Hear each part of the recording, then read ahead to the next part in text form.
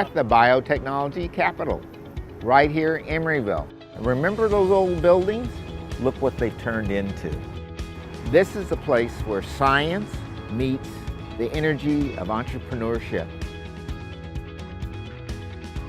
This is where a lot of the great biotechnology firms started. The buildings were vacant, the land was cheap, and they're very close to the university. Let me show you next where they've gone to from this humble beginning. This whole park here is populated mostly with companies that were founded by UC Berkeley professors. Certainly when we started, we looked at Emeryville because it was close to where all the founders lived. A lot of tech workers would prefer to live close to where they work. Folks are appreciative when there are levels of entry for home ownership, for rentals. Just to be able to live in a vibrant and active community with so many good jobs is very, very valuable to a lot of folks. This is the University of California at Berkeley, probably the best known university in the world because of its sciences. There are 4 or 5 Nobel Prize winners working right here. They're the ones that are producing the new medicines and the new disease prevention items. This is the industry of tomorrow.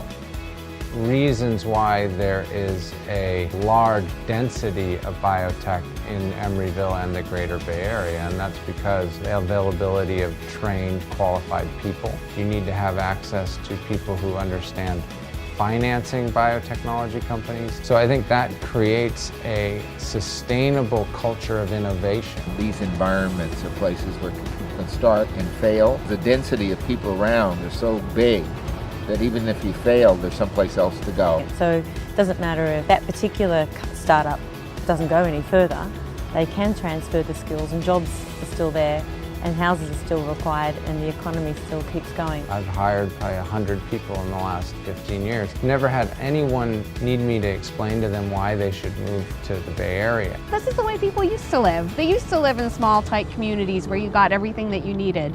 And so I think we're kind of taking a step back and remembering what communities used to be. There's several things that we want to keep in mind here. We started at the university. We needed a little bit of space. Then you have to grow that space. But the same thing's true with the development of any product. You start in a small test tube and eventually you blossom into something larger.